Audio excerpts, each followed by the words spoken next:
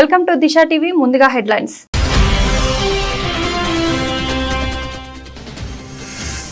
సొంత దేశంలోనే ట్రంప్ పరువు తీసిన అమెరికన్ ఏఐ. భారత ఆర్థిక వ్యవస్థపై ట్రంప్ మాటలను అబద్ధమని తేల్చేసిన ఏఐ.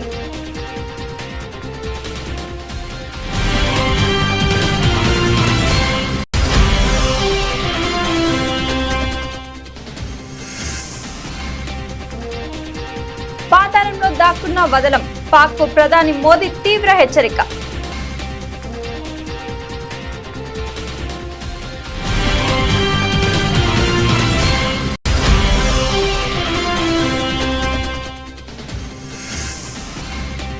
కుల్గాంలో ఎన్కౌంటర్. ఉగ్రవాదిని మట్టుపెట్టిన భద్రతా బలగాలు. ఆపరేషన్ అకల్ ఇంకా కొనసాగుతుందని సైన్యం స్పష్టీకరణ.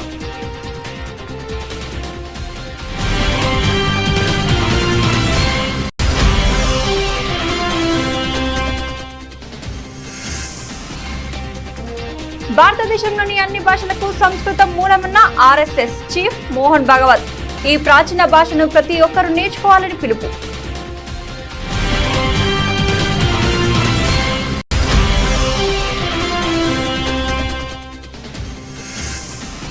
భారత ఆర్థిక వ్యవస్థపై ట్రంప్ వ్యాఖ్యలను రాహుల్ గాంధీ మద్దతు. ఇది దేశ ప్రతిష్టను దెబ్బతీయడమేనన్న కేంద్ర మంత్రి కిరణ్ రిజిజు.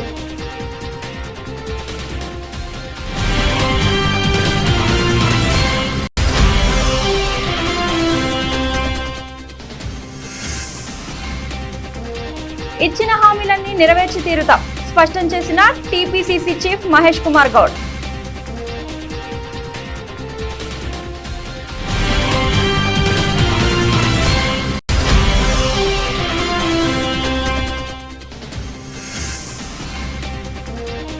గండికోట పర్యాటక ప్రాజెక్టుకు చంద్రబాబు శంకుస్థాపన. గండికోట ఇండియాకే గ్రాండ్ క్యానన్ అన్న సీఎం.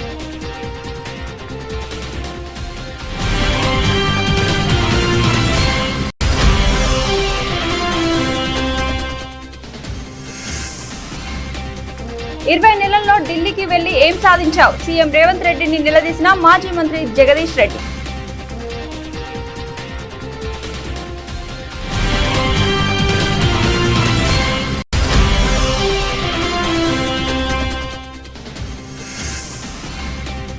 పాత లావాదేవీల సెటిల్మెంట్ కోసమే సింగపూర్ టూర్. కనీసం ₹1 అయినా రాష్ట్రానికి పెట్టుబడి తెచ్చారా అంటూ నిలదీసిన మాజీ మంత్రి అంబటి రాంబాబు.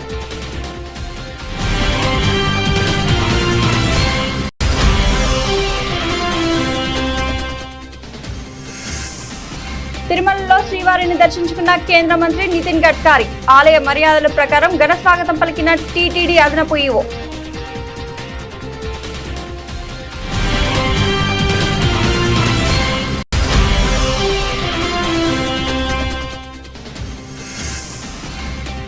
జాతీయ చలనచిత్ర అవార్డులో సత్తా చాటిన తెలుగు చిత్రాలు. ఈ నేపథ్యంలో పలువురు ప్రముఖులు శుభాకాంక్షలు.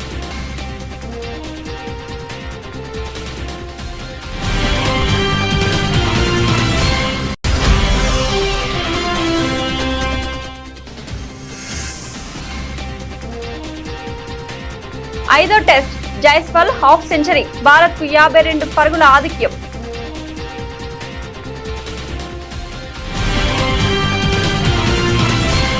భారత్ ది డెడ్ ఎకానమీ అంటూ అమెరికా అధ్యక్షుడు డొనాల్డ్ ట్రంప్ చేసిన సంచలన వ్యాఖ్యలను ఆయన సొంత దేశంలోనే అభివృద్ధి చేసిన కృత్రిమ మేధ ఏఐ ప్లాట్ఫామ్లు ఖండించాయి. భారత ఆర్థిక వ్యవస్థ నిర్జీవంగా లేదని, ప్రపంచంలోని అత్యంత వేగంగా అభివృద్ధి చెందుతున్న దేశాల్లో ఒకటిగా ఉందని స్పష్టం చేశాయి. భారత దిగుమతులపై 25% భారీ సుంకం విధిస్తున్నట్లు ట్రంప్ ప్రకటించిన నేపథ్యంలో ఈ ఆసక్తికర పరిణామం చోటు చేసుకుంది. దీనిపై స్పష్టత కోసం ఎన్డీటీవీ సంస్థ అమెరికాకు చెందిన 5 ప్రముఖ ఏఐ ప్లాట్ఫామ్లనే ChatGPT, Grok, Gemini, Meta AI కోపైలట్లను భారత్ ది డెడ్ ఎకనామియా అని ప్రశ్నించింది. భారత ఆర్థిక వ్యవస్థ బలమైన వృద్ధితో దూసుకెళ్తోంది అని జెమినీ అంది. అలాగే మోటా ఏఐ కూడా భారత్ ది డెడ్ ఎకనామీ కాదు, ఇది ప్రపంచవ్యాప్తంగా అత్యంత వేగంగా అభివృద్ధి చెందుతున్న ప్రధాన ఆర్థిక వ్యవస్థల్లో ఒకటి అని చెప్పింది. ఇలా అమెరికన్ ఏఐ ప్లాట్ఫామ్లన్నీ కూడా ఒకే తరహా అభిప్రాయాన్ని వ్యక్తం చేశాయి. భారత ఆర్థిక వ్యవస్థపై ట్రంప్ మాటలు అబద్ధమని తేల్చేశాయి. భారత్ పై దాడి చేసే ఉగ్రవాదులు పాతాళ లోకంలో దాక్కున్నా సరే వదిలిపెట్టే ప్రసక్తే లేదని ప్రధాని నరేంద్ర మోడీ పాకిస్తాన్ కి తీవ్ర హెచ్చరికలు జారీ చేశారు. ఉగ్రవాదాన్ని, అన్యాయాన్ని అణచివేసేందుకు అవసరమైతే భారత్ కాలభైరవుడి రూపం దాలుస్తుందని స్పష్టం చేశారు. ఆపరేషన్ సింధూర్ సమయంలో ప్రపంచం భారతదేశ రుద్ర రూపాన్ని చూసిందని ఆయన వ్యాఖ్యానించారు. శనివారం తన పార్లమెంటరీ నియోజకవర్గమైన వారణాసిలో ఏర్పాటు చేసిన భారీ సభలో ప్రధాని మోదీ ప్రసంగించారు. ఏప్రిల్ 22న జరిగిన పహల్గామ్ ఉగ్రదాడిని గుర్తు చేసుకుంటూ ఆ దాడిలో ప్రాణాలు కోల్పోయిన వారి కుటుంబాలకు ప్రతీకారం తీర్చుకుంటానని ఇచ్చిన మాటను నిలబెట్టుకున్నానని తెలిపారు. మహాదేవుని ఆశీస్సులతో ఆపరేషన్ సింధూర్ విజయం సాధించిందని, ఈ విజయాన్ని కాశీ విశ్వనాథుని పాదాల చెంత సమర్పిస్తున్నట్లు ప్రకటించారు. ఈ సందర్భంగా విపక్షాలపై ప్రధాని తీవ్ర స్థాయిలో విమర్శలు గుప్పించారు. ఆపరేషన్ సింధూర్ విజయాన్ని దేశంలో కొందరు జీర్ణించుకోలేకపోతున్నారు. పాకిస్తాన్లోని ఉగ్రవాద శిబిరాలను భారత్ ధ్వంసం చేయడం చూసి కాంగ్రెస్, సమాజ్వాదీ పార్టీలు కన్నీళ్లు పెట్టుకుంటున్నాయి. మన సైనికుల విజయాన్ని వారు ఓర్వలేకపోతున్నారు అని ఆరోపించారు. भारत के स्वदेशी हथियारों की ताकत पूरी दुनिया ने देखी है. हमारे एयर डिफेंस सिस्टम, हमारी स्वदेशी मिसाइलें, स्वदेशी ड्रोन्स, इन्होंने आत्मनिर्भर भारत की ताकत को साबित किया है. खासकर हमारी ब्रह्मोस मिसाइलें, इनकी दहशत भारत के हर दुश्मन के भीतर भर गई है. पाकिस्तान में कहीं यूं ही ब्रह्मोस आवाज आ जाए ना तो नींद नहीं आती. मेरे प्यारे भाई बहनों, मैं यूपी का सांसद हूं. यूपी के सांसद के नाते मुझे खुशी है कि वो ब्रह्मोस मिसाइलें हमारे यूपी में भी बनेगी.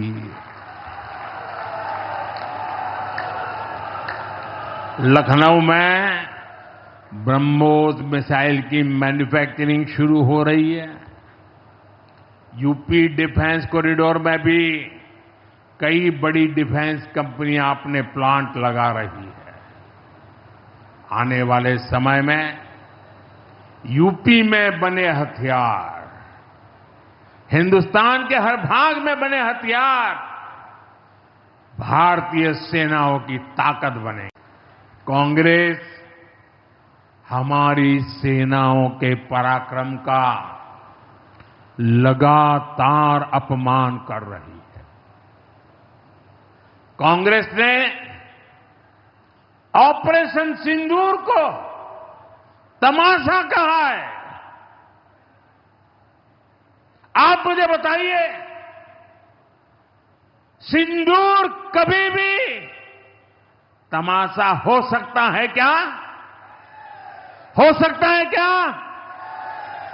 क्या सिंदूर को तमाशा कोई कह सकता है क्या? हमारी सेना का पराक्रम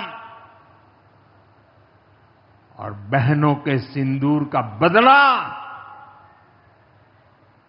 तमाशा कहने की ये हिम्मत, ये निर्लज्जता, भाइयों बहनों, वोट बैंक और तुष्टीकरण की इस राजनीति में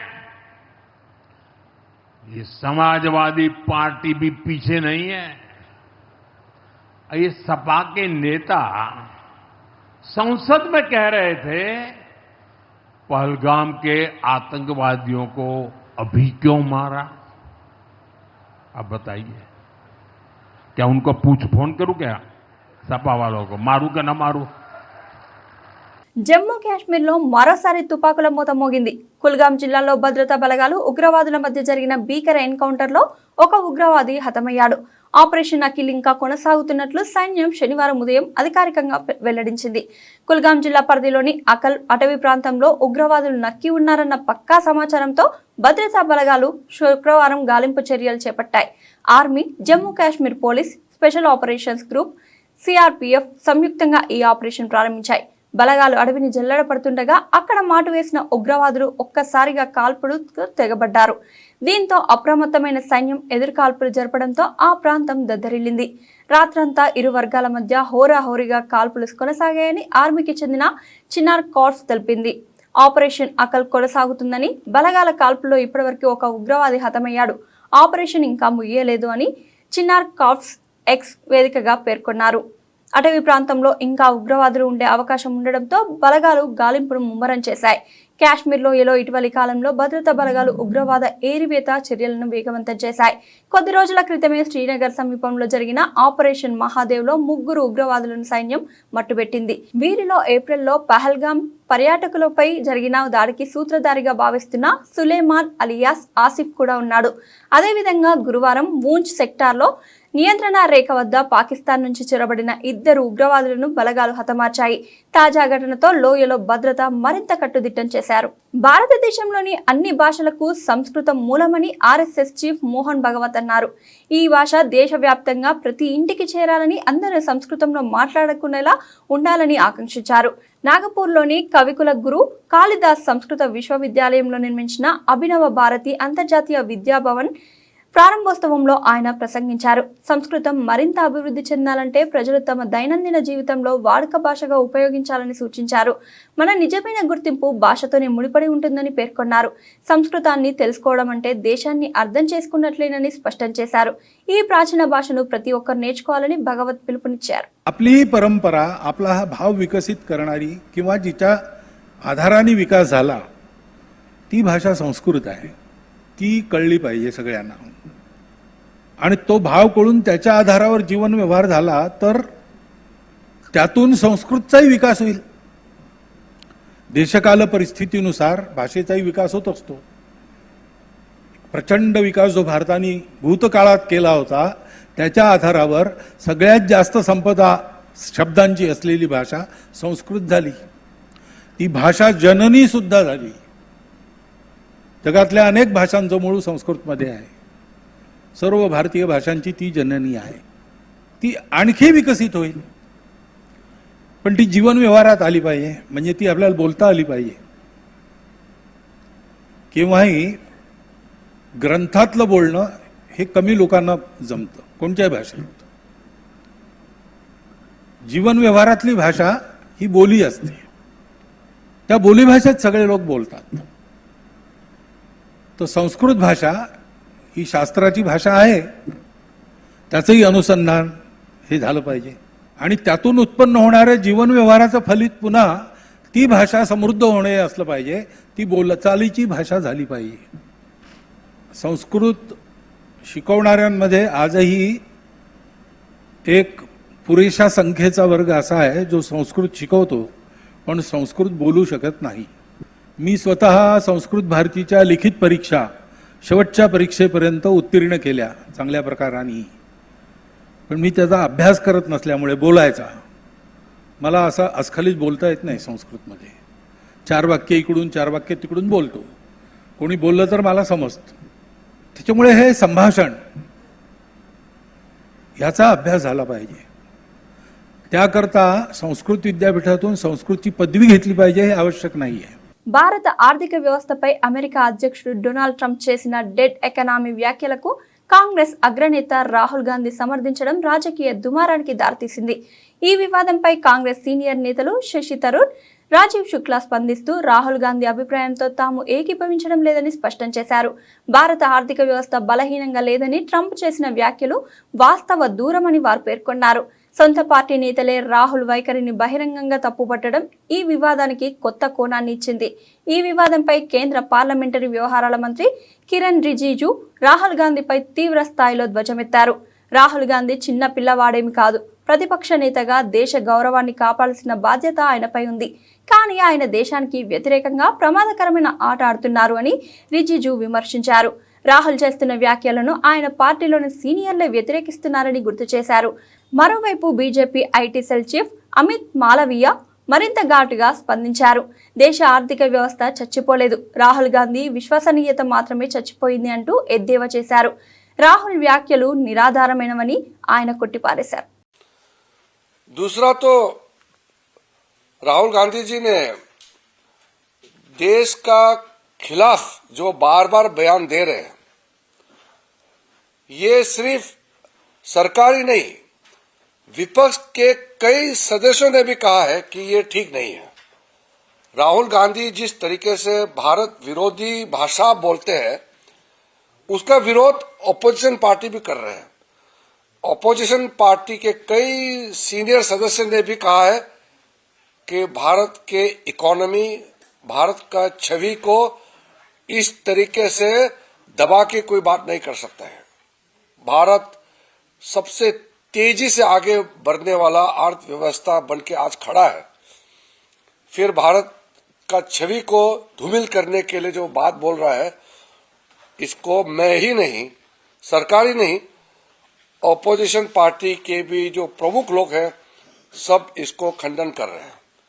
तो राहुल गांधी जी को समझ में आना चाहिए कि अभी वो छोटा बच्चा नहीं है। देश का मान सम्मान, देश का छवि कायम रहे, ये जिम्मेदारी हर हिंदुस्तानी को होना चाहिए। इतना तो समझ नेता प्रतिपक्ष को होना जरूरी है। तो ये पार्लियामेंट में हंगामा करना, बाहर में फिर गलत बयान देना, ये लगातार 2 सप्ताह तक अभी चल रहा है। పాదయాత్ర అనేది కాంగ్రెస్ సంస్కృతిలో ఓ భాగమని, ప్రజలతో మమేకమైన కష్టసుఖాలు తెలుసుకునేందుకు టీపీసీసీ పాదయాత్రకు శ్రీకారం చుట్టిందని మహేష్ కుమార్ గౌడ్ తెలిపారు. రాబోయే రోజుల్లో సీఎం రేవంత్ రెడ్డి కూడా పాదయాత్రలో పాల్గొంటారని చెప్పారు.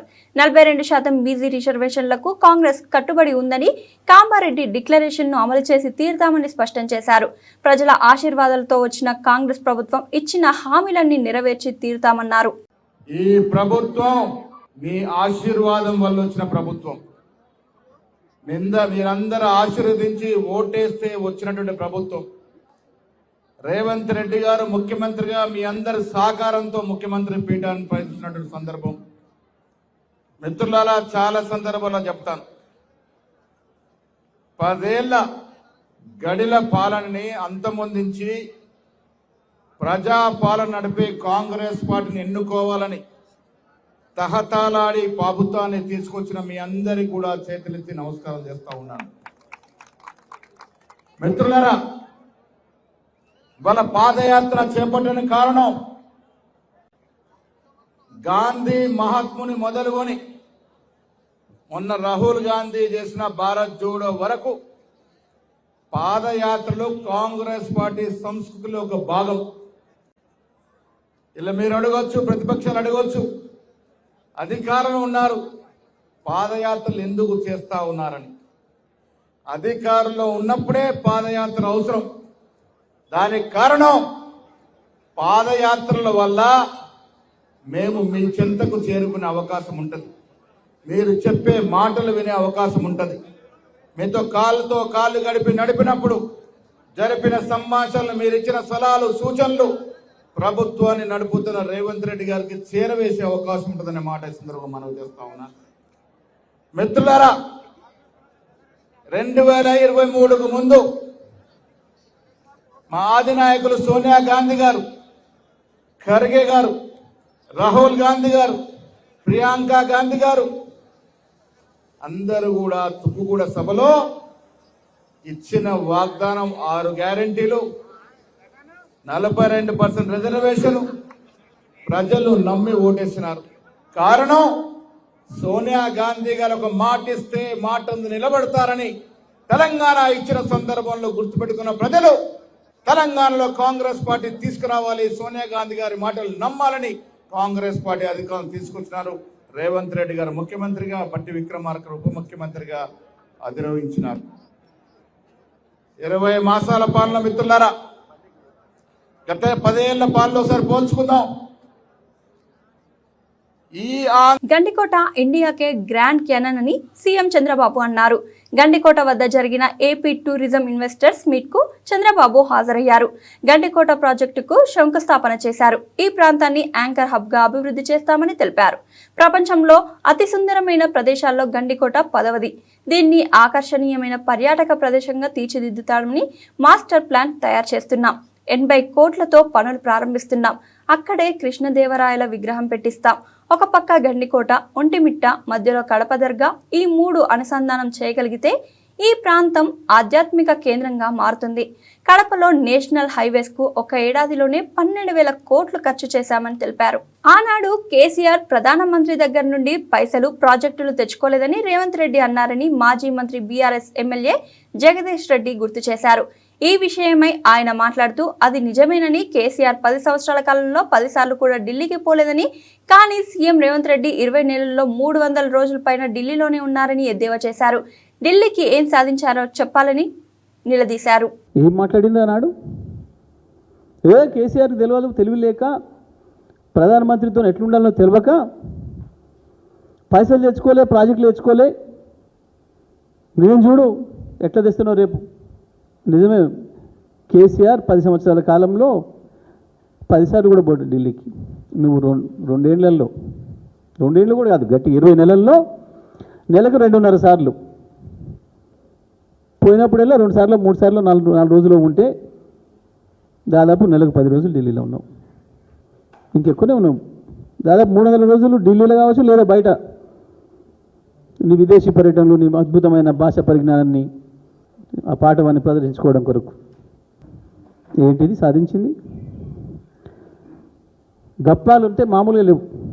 ఆయన మంత్రులై నిన్న చదివిన ఎక్కన్నావు 3 లక్షల కోట్ల పెట్టుబడులు, ఒక 3 పరిశ్రమలు కూడా శంకుస్థాపన లేదు ఇప్పటివరకు. ఒక 3 కొత్త ఉద్యోగాలు తెచ్చింది లేదు. ప్రైవేట్ ఉద్యోగాలు ఇచ్చిన హామీలు నెరవేర్చింది లేదు. కనీసం కేసీఆర్ చేసిచ్చిపోయిన వాటిని కొత్తగా అభివృద్ధి చేయకపోయినావు. ఇచ్చిన పద్ధతుల్లో 24 గంటల కరెంటు కావచ్చు, ఇంటికి మంచినీళ్ళు కావచ్చు, ప్రతి ఎకరాకి ఇచ్చిన సాగునీళ్ళు కావచ్చు, కనీసం గవి కూడా పాత పద్ధతిని కొనసాగిస్తూ కనీసం ఇవ్వలేకపోతున్నాం. ఇవాళ మళ్ళీ కాలిపోతున్న మోటార్లు, పేలిపోతున్న ట్రాన్స్ఫార్మర్లు, రైతులు మళ్ళీ సబ్స్టేషన్ల ముందుకి ధర్నాలు పోవాల్సిన పరిస్థితి. విత్తనాలు, నకిలీ విత్తనాలతోని అనేక మంది రైతాంగం నెత్తినూరు కొట్టుకుంటున్నారు. ఎరువులు మళ్ళీ పాత పరిస్థితి. మళ్ళీ చెప్పులు లైన్లో, రైతులు లైన్లో. మంత్రుల స్టేట్మెంట్ చూస్తే ఆశ్చర్యంగా ఉంది. ఎక్కడా కొరత లేదు ఒక మంత్రి, కానీ అక్కడనే 200 మంది లైన్లో నిలబడి, పోలీసులు నిలబడి, మరి కొరత లేని కాడ లైన్ ఎందుకుంది, పోలీసు ఎందుకున్నారు?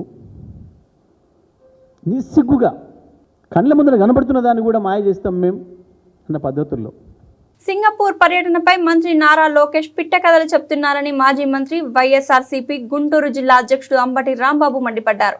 తాడేపల్లి వైఎస్ఆర్సీపీ కేంద్ర కార్యాలయంలో మీడియాతో మాట్లాడుతూ పాత లావాదేవీలను సెటిల్ చేసుకునేందుకు చంద్రబాబు, లోకేష్లు సింగపూర్కి వెళ్లారని అన్నారు. ఇప్పటి వరకు 58 సార్లు సింగపూర్కి వెళ్లిన చంద్రబాబు ₹1 అయిన పెట్టుబడి తీసుకువచ్చారా అని నిలదీశారు. అవినీతి కేసులో సింగపూర్లో జైలుకు వెళ్లి ఇటీవల బయటకు వచ్చిన ఈశ్వరన్ను కలిసేందుకు సింగపూర్కి వెళ్లారా అని ప్రశ్నించారు. చంద్రబాబు నాయుడు గారు, నారా లోకేష్ గారు సింగపూర్ వెళ్లి వచ్చారు. ఏమి సాధించారో, ఏమి సాధిస్తారో కూడా వెలువరించలేకపోయారు. ఇప్పుడే కాదు, చంద్రబాబు నాయుడు గారు ఇప్పటికి 55 సార్లు సింగపూర్ పర్యటనకు వెళ్లారు రాష్ట్ర అభివృద్ధి కోసం అని చెప్పి. ₹1 లేదు, ఒక్క పైసా తీసుకొచ్చి పెట్టుబడి పెట్టినటువంటి సందర్భం ఏదైనా ఉందా అంటే వెనక్కి వెళ్ళి చూసుకుని ఎక్కడ ఏమీ లేదు. ఎందుకు సింగపూర్ వెళ్తారో, ఎందుకు సింగపూర్ వస్తారో చాలా మందికి అర్థం కాదు. బహుశా పాత లావాదేవీలు ఏమైనా సెటిల్ చేసుకోవడానికి వెళ్లారా? అయ్యా నారా లోకేష్ గారు, లేకపోతే ఆయన ఈశ్వరన్ అని ఆ సింగపూర్ మంత్రి గారు మీతో వాటాలు కలిసి ఇక్కడ రాజధాని డెవలప్మెంట్ కి, రాజధాని స్టార్టప్ ఏరియాకి పెట్టుబడులు పెడతామని చెప్పేసి అప్పుడు వచ్చి ఏదో కన్సార్టియం చేసుకున్నారు కదా. సరే, ఆయన లోపలేశారు. అవినీతికి పాల్పడుతున్నాడని సింగపూర్ ప్రభుత్వమే ఆయన లోపలేశారు. మొన్నే విడుదలయ్యారు. ఇల్లు ఆయన కలిసి వచ్చారా, లేకపోతే ఆ లావాదేవీలు ఏమైనా సర్దుబాటు చేసుకున్నారా? అసలు ఎందుకు వెళ్లారు మీరు? ఏమి సాధించడానికి వెళ్లారు? సమాధానం లేదు. అది నాకు తెలియకూడదండి. సింగపూర్ ఏమైనా భారతదేశాన్ని అభివృద్ధి చేయడానికో, ఆంధ్రప్రదేశ్ని అభివృద్ధి చేయడానికో పుట్టినటువంటి దేశమా? సింగపూర్ వాళ్ళు లాభాలుంటే పెట్టుబడులు పెడతారు. ఈమెయిల్స్ పంపించారంట, ఈ ప్రభుత్వం ఉండేది కాదు, చచ్చేది కాదు, పడిపోతుంది, మీరేమీ పెట్టుబడులు పెట్టమాక అని వీళ్ళు ఈమెయిల్స్ పంపిస్తే దానివల్ల వాళ్ళు తిరస్కరించారన్నట్టుగా మాట్లాడతాడు. ఆ ఈమెయిల్ పంపించింది ఎవరయ్యా అంటే పెద్దిరెడ్డి గారి ప్రోత్సాహంతో మురళీకృష్ణ ఆయన పంపించాయంట.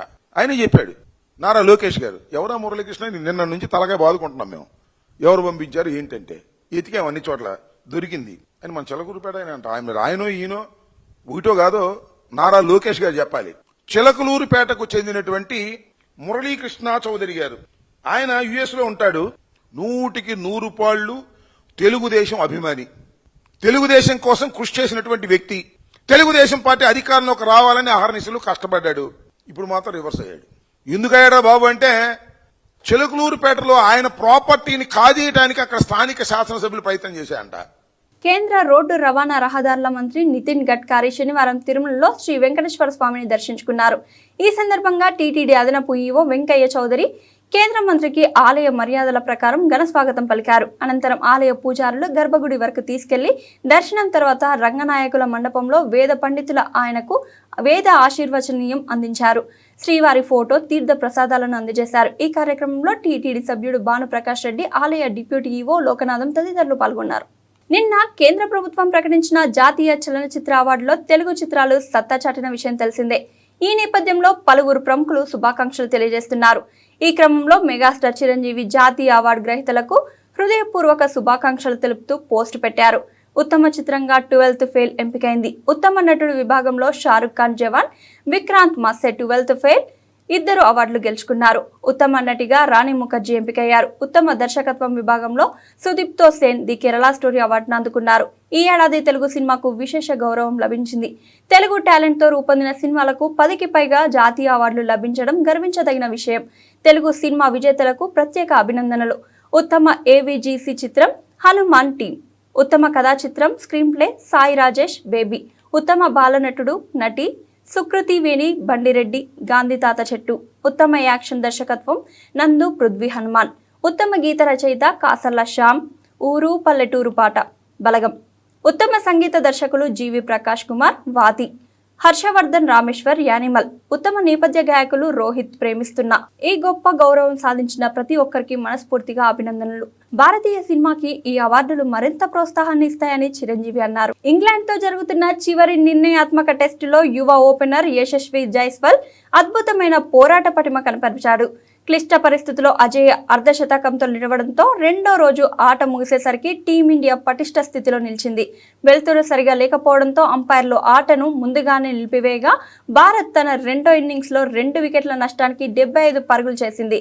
లండన్ లోని ది ఓవల్ మైదానంలో జరుగుతున్న ఈ మ్యాచ్ లో రెండో రోజైన శుక్రవారం ఆట ముగిసే సమయానికి భారత్ 52 పరుగుల కీలకమైన ఆధిక్యాన్ని సంపాదించింది. అంతకు ముందు ఇంగ్లాండ్ తొలి ఇన్నింగ్స్ లో కట్టడి చేసిన భారత్ రెండో ఇన్నింగ్స్ ప్రారంభించింది. ఓపెనర్లు కేఎల్ రాహుల్, యశస్వి జైస్వాల్ నిలకడగా ఆరంభం అందించారు. అయితే రాహుల్ 7 అవుట్ అయిన తర్వాత జైస్వాల్ పూర్తి బాధ్యతను తలపై వేసుకున్నాడు. ఆకాశమే హద్దుగా చెలరేగిన జైస్వాల్ 49 బంతుల్లోనే 7 4లు 2 సిక్సర్లతో అజేయంగా 51 పరుగులు చేశాడు. మరో బ్యాటర్ సాయి సుదర్శన్ 11ను నిరాశపరిచాడు. మరిన్ని వికెట్లు పడగొట్టి భారత్ ని ఒత్తిడిలోకి నెట్టాలని భావించిన ఇంగ్లాండ్ ఆశలకు వెలుతురు లేని గండి కొట్టింది. దీంతో అంపైర్లు ముందుగానే ఆటను నిలిపివేశారు. దీంతో టీమిండియా రెండో రోజు ఆట ముగిసే సమయానికి 18 ఓవర్లలో 2 వికెట్లు కోల్పోయి 75 పరుగులు చేసింది. ప్రస్తుతం ఇంగ్లాండ్ పై భారత్ 52 పరుగుల కీలక ఆధిక్యంలో ఉంది.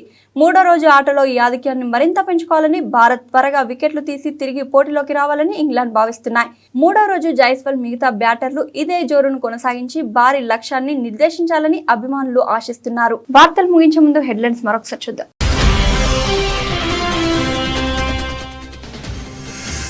సొంత దేశంలోనే ట్రంప్ పరువు తీసిన అమెరికన్ ఏఐ, భారత ఆర్థిక వ్యవస్థపై ట్రంప్ మాటలను అబద్ధమని తేల్చేసిన ఏఐ.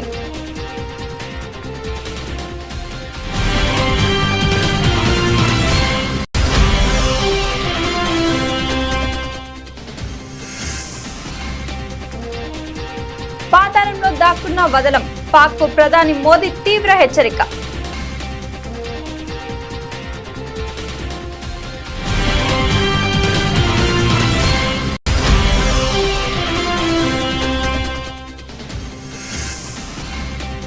కుల్గాంలో ఎన్కౌంటర్, ఉగ్రవాదిని మట్టుపెట్టిన భద్రతా బలగాలు. ఆపరేషన్ అకల్ ఇంకా కొనసాగుతుందని సైన్యం స్పష్టీకరణ.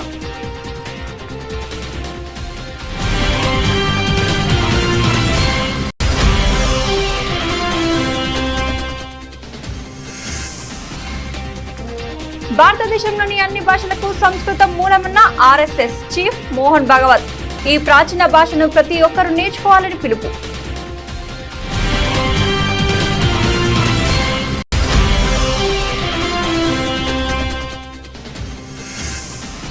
భారత ఆర్థిక వ్యవస్థపై ట్రంప్ వ్యాఖ్యలను రాహుల్ గాంధీ మద్దతు. ఇది దేశ ప్రతిష్టను దెబ్బతీయడమేనన్న కేంద్ర మంత్రి కిరణ్ రిజిజు.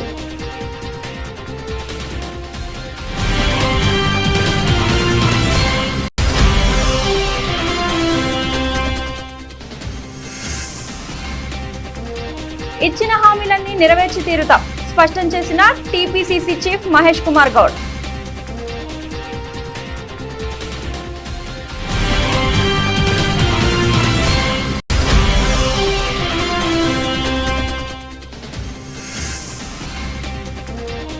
గండికోట పర్యాటక ప్రాజెక్టుకు చంద్రబాబు శంకుస్థాపన. గండికోట ఇండియాకే గ్రాండ్ క్యానన్ అన్న సీఎం.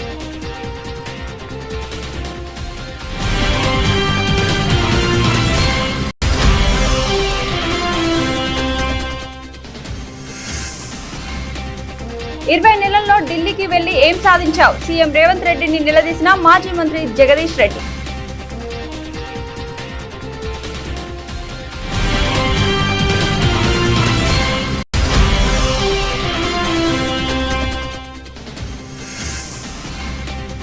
పాత లావాదేవీల సెటిల్మెంట్ కోసమే సింగపూర్ టూర్. కనీసం ₹1 అయినా రాష్ట్రానికి పెట్టుబడి తెచ్చారా అంటూ నిలదీసిన మాజీ మంత్రి అంబటి రాంబాబు.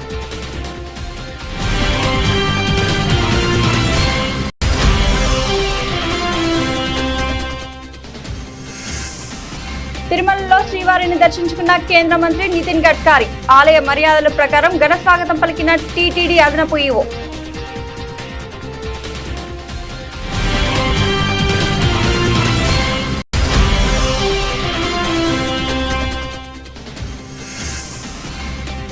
జాతీయ చలనచిత్ర అవార్డులో సత్తా చాటిన తెలుగు చిత్రాలు. ఈ నేపథ్యంలో పలువురు ప్రముఖులు శుభాకాంక్షలు.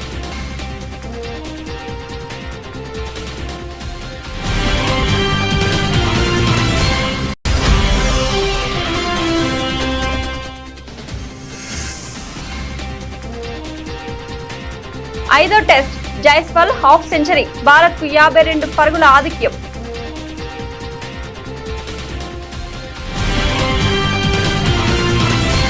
ఇది ఇవాల్టి బులెటిన్ అప్డేట్స్. మరొక బులెటిన్ లో మళ్ళీ కలుద్దాం.